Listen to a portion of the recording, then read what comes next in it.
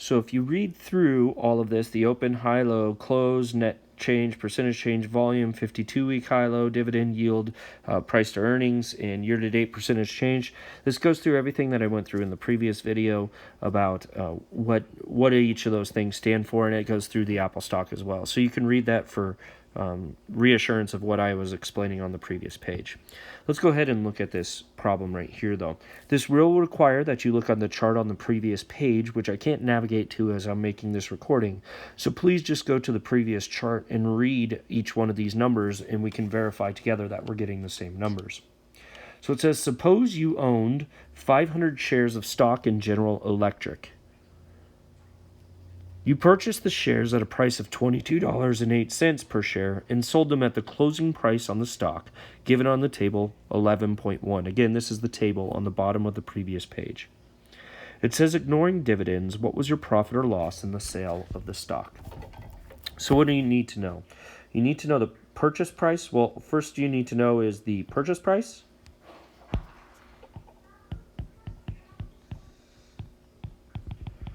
You need to know the sell price, and you need to know the quantity. Okay. So how are you going to find your profit or your loss?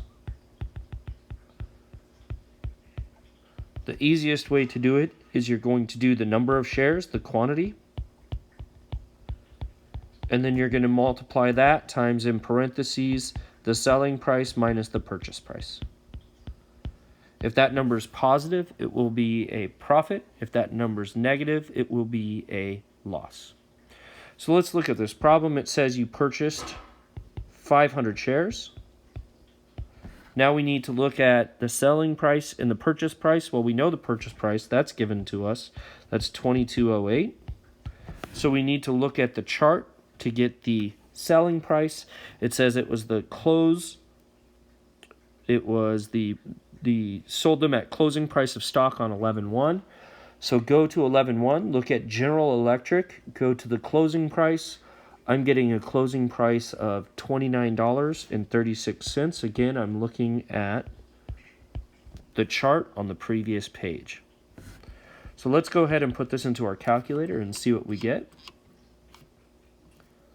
When I put this into the calculator, I'm getting $3,640. Because this number is positive, this means that it is a profit of $3,640. If that number was negative, it would be a loss. Okay. So it'd be wonderful and nice if we got to keep all of that $3,640, but that's not actually how it works. So you cannot buy and sell stock yourself unless you're certified and passed the tests, the national required tests to be able to buy and sell stock.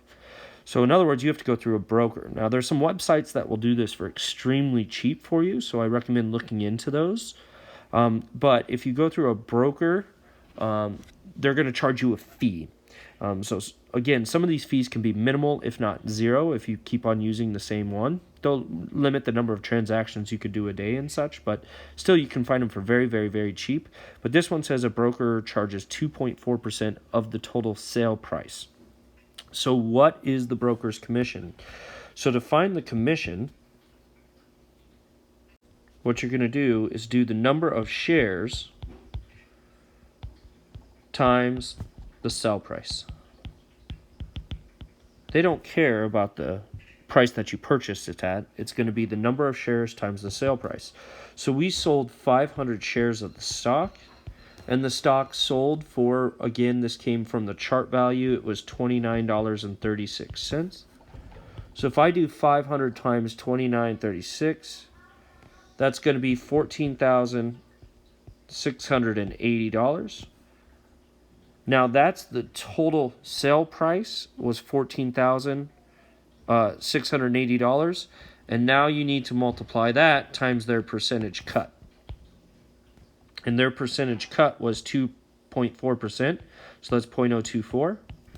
So I take that number and I multiply it by 0.024, and let's see what we get for commission.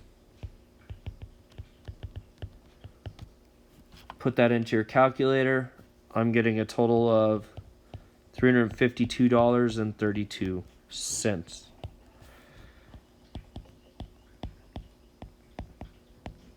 So in the real world, what would happen if you sold that stock? There would have been $3,640, but you would have had to have given $352.32 of that to the broker just to sell the stock. So you would have actually made roughly $3,300 profit.